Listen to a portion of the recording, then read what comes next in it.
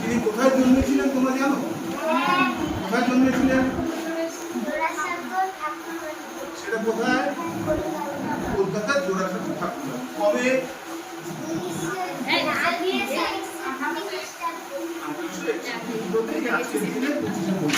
আর ইংরেজি যদি হয় সেটা হচ্ছে 7 মে।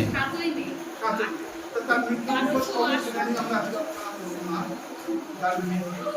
তো আমি অন্য কিছু না, তোমরা ছোট ছোট বাচ্চা আর যারা বড় আছে তারা সব জানে, মানে এখানে তো নিজের জ্ঞান জাহির করার জন্য নয়, বাচ্চাদেরকে উদ্বুদ্ধ করাটাই আমাদের কাজ, অন্য কিছু নয়। তো রবি ঠাকুরের মানে রবীন্দ্রনাথ ঠাকুরের কবিতা তোমরা পড়েছো নিশ্চয়ই? রবীন্দ্রনাথ ঠাকুরের কবিতা তো পড়েছিস? হ্যাঁ পড়েছিস? রবীন্দ্রনাথের কবিতা পড়েছিস? কে কে পড়েছিস? থাকতো তুই বল একটা কবিতা দেখি, কোন কবিতাটা পড়েছিস? বল যে কোনো কোন কবিতাটা পড়েছিস? এক্ষুনি বললি যে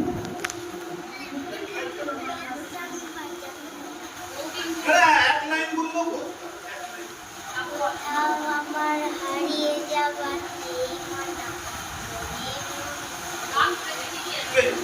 ওটা কানে লিখেছিলেন,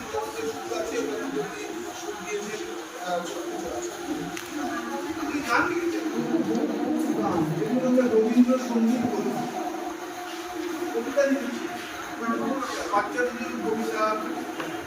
রবি ঠাকুর তার জীবনে যে কবিতা লেখা শুরু করলেন, প্রথম কবিতা উনি প্রথম যে কবিতা লিখলেন সেই কবিতাটার নাম কেউ জানো? কেউ জানো তোমরা? তখন রবি ঠাকুরের বয়স সম্ভবত 8, না সম্ভবত 7-8 বয়স তখন, কিন্তু সেটার কোনো এখনো ইয়ে পাওয়া যায় না, প্রকাশ নেই সেটার। সেই কবিতাটার নাম হচ্ছে কি অভিলাষ। হ্যাঁ প্রথম পরবর্তীটা সেটার কোনো ইয়ে পাওয়া যাচ্ছে অভিলাষ কবিতাটা। সেই কবিতাটার কি লাইন সেটা আমারও জানা নেই, আমি সার্চ করেছি। অভিলাষ বাচ্চাদের জন্য তিনি অনেক ছোট কবিতা লিখেছেন, যেমন আমাদের ছোট নদী, সবাই জানা আছে আমাদের ছোট নদী, ঠিক আছে? তারপর তাল গাছ এক পায়ে দাঁড়িয়ে সব গাছ ছাড়িয়ে এপারে আকাশে, মনে পড়ে বলা হয়েছে তাল গাছ যেটা আমার খুব ভালো লাগতো। তাল গাছ কি মনে করতো? তাল গাছ মনে করতো একা একা আমি দাঁড়িয়ে আছি।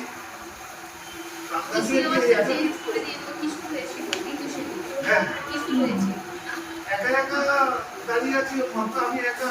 তাল গাছের ইচ্ছে করতো কেন আমি চুপচাপ দাঁড়িয়ে আছি, আমি যদি পাখা মেরে ওই নীল আকাশে উড়ে বেড়াতাম কত আনন্দ হতো। তাল গাছ এটা ভাবতো, আর তাল গাছ তো মনে মনে ভাবতো যে উঠতে গেলে তো পাখার দরকার হয়, তা পাখা কোথায় পাবো? তো তাল গাছ নিজে নিজেই কল্পনা করলো, তবে আমার যে বড় বড় পাতাগুলো রয়েছে তো এগুলো তো আমার পাখা হতে পারে, এই পাখা দিয়েই আমি উড়ে উড়ে উড়ে উড়ে আকাশে উড়ে বেড়াবো। এই যে কল্পনা, এই কল্পনা কবি তাল গাছের মাধ্যমে আসছে, এবং সবশেষে আমি দেখলাম তাল গাছ বলছে না আমার ওইভাবে ওড়ার দরকার নেই, আমার মাটি হচ্ছে আমার মা, আমি মাটির সঙ্গেই থাকতে চাই, আমি উড়ে বেড়াতে চাই।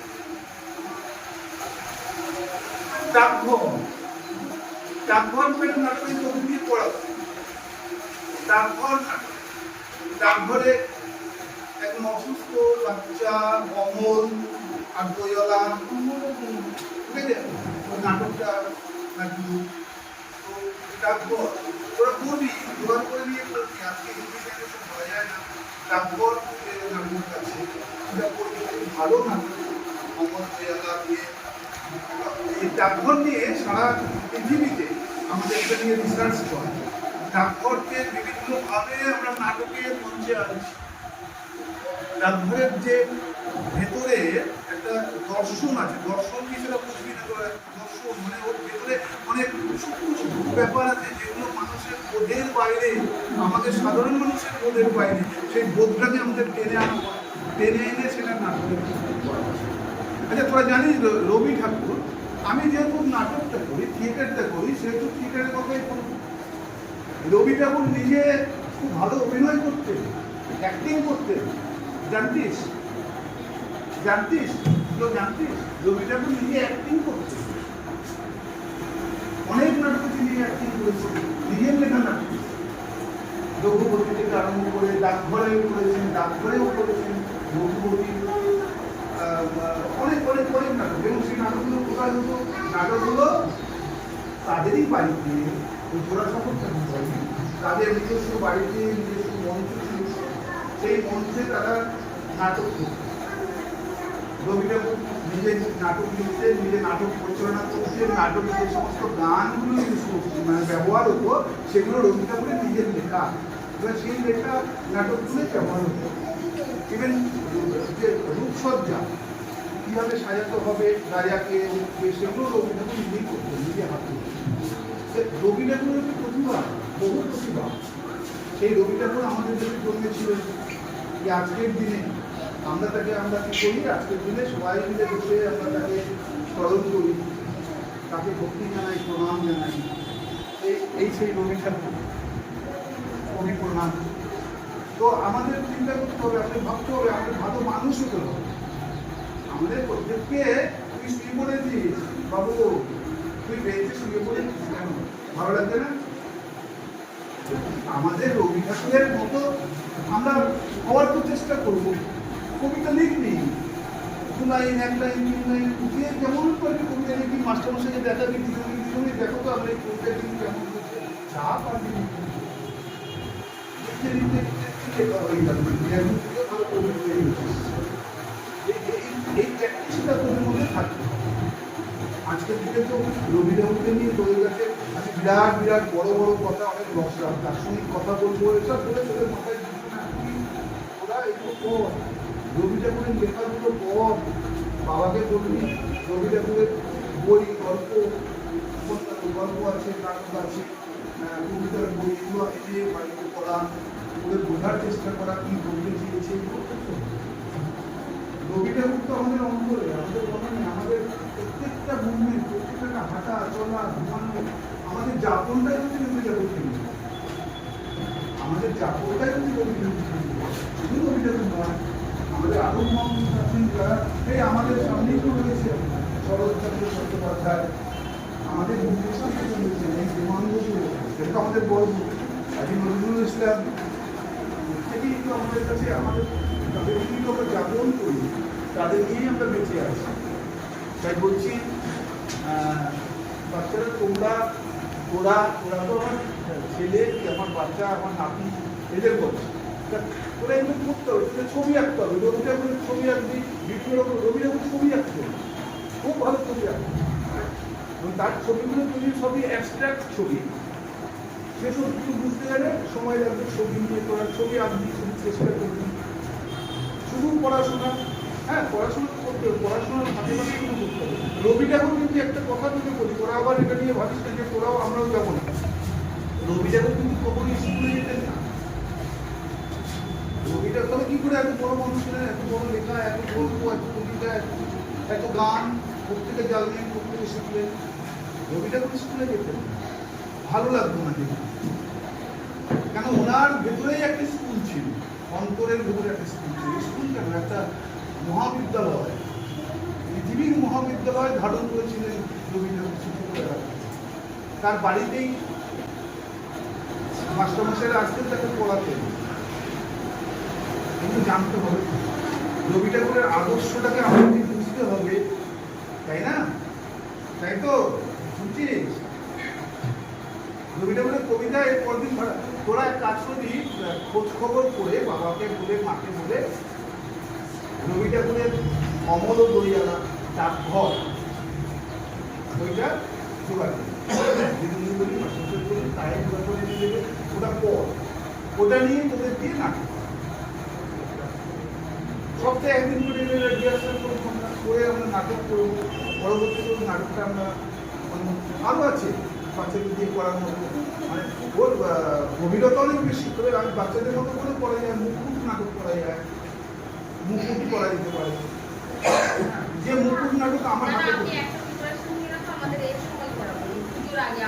আমরা একটা বার্ষিক অনুষ্ঠান করব, রিহার্সাল করব। আমরা যখন করি আমরা সপ্তাহে 3 দিন 4 দিন হ্যাঁ পরেই আমরা তো ধরুন একটা নাটক একটা প্রোডাকশন নেওয়াতে আমরা 6 মাস রিহার্সাল এখানে তো সেভাবে না, এখানে ওই সপ্তাহে একদিন করে রিহার্সাল করে বা হ্যাঁ করে করে তাতে হয়তো 3 মাস টাইম নিয়ে তারপরে এটাকে আমরা এক্সিকিউট করবো। সেইভাবে যদি করা যায় আমরা চেষ্টা করবো, সবাই মিলে থাকবো, ঠিক আছে?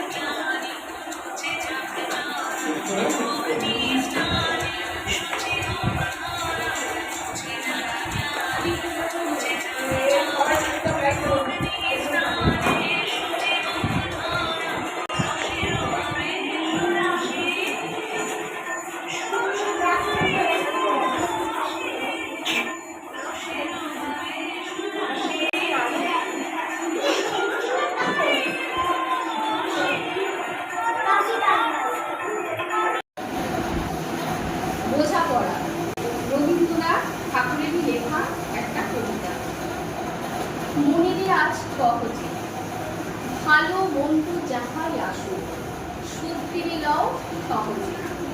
কেউ তোমারে ভালোবাসে, কেউ বা বাঁচতে পারে না, কেউ বা বিধি আছে, কেউ বা সিটি পয়সা ধারে নাচে। কতটা চেয়ে স্বভাব তাদের, কতটা বা তোমার উপায়, কতক কাজে ভবের গতি সবার তরে নহে সবাই। তোমায় কতক ফাঁকি দেবে, তুমিও কতক দেবে ফাঁকি। তোমার ভোগে কতক করবে, পরের ভোগে থাকবে বাকি।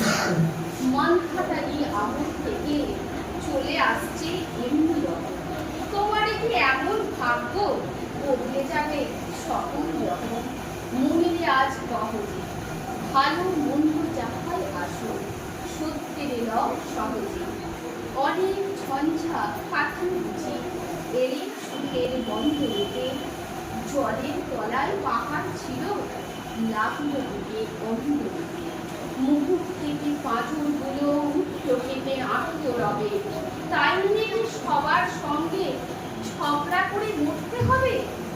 ভেসে থাকতে পারো যদি সত্যি সেটাই শ্রেয়, না পারো তো বিনা বাক্যে টুট করিয়া ডুবে চলে। এটা কিছু অপূর্ব নয়, ঘটনা সামান্য খুবই। শঙ্কা যেথায় করে না খুবই, সেইখানে হয় জাহাজ ডুবি। মনের তাই সহজে ভালো মন্দ যাহাই আসুক সত্যের দাও সহজে।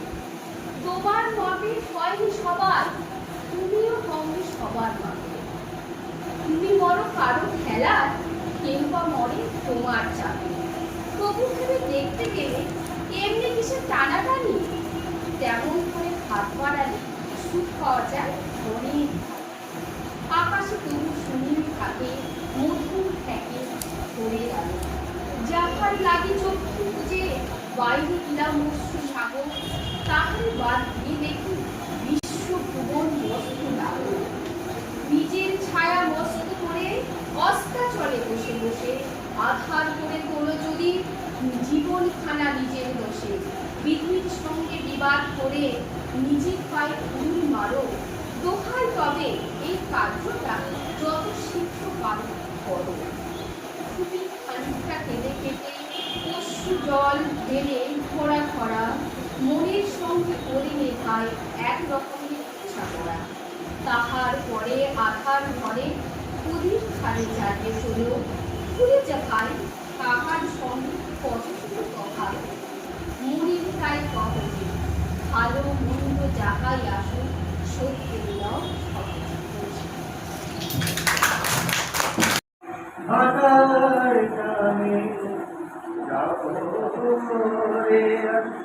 ঘর ছাড়া সন্ধ্যায় আসে দিন যে চলে যায় আমার যাবে দিনের শেষে শেষ ফেরা করে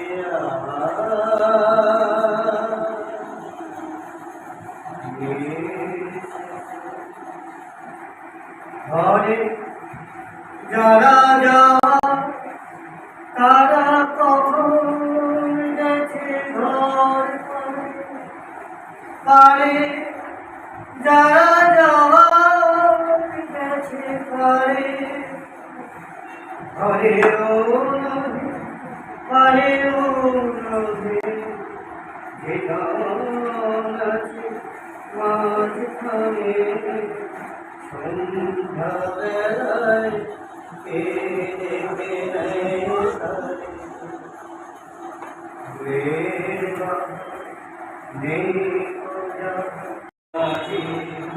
নিখিলের হৃদয় স্পন্দে মনায়কে কোন সুরে বাজি, কোন নব চঞ্চল ছন্দে নায়কে কোন সুরে বাজি। আসে কোন তরুণ শান্ত ওরে বসনাঞ্চল প্রান্ত, আসে কোন তরুণ শান্ত ওরে বসনাঞ্চল প্রান্ত। মিলন সমুদ্র বেলায় চিরবিচ্ছেদ জনমজ্জা, প্রাণ চায় মরিয়ে তরুণ তরলজ্জা, প্রাণ চায়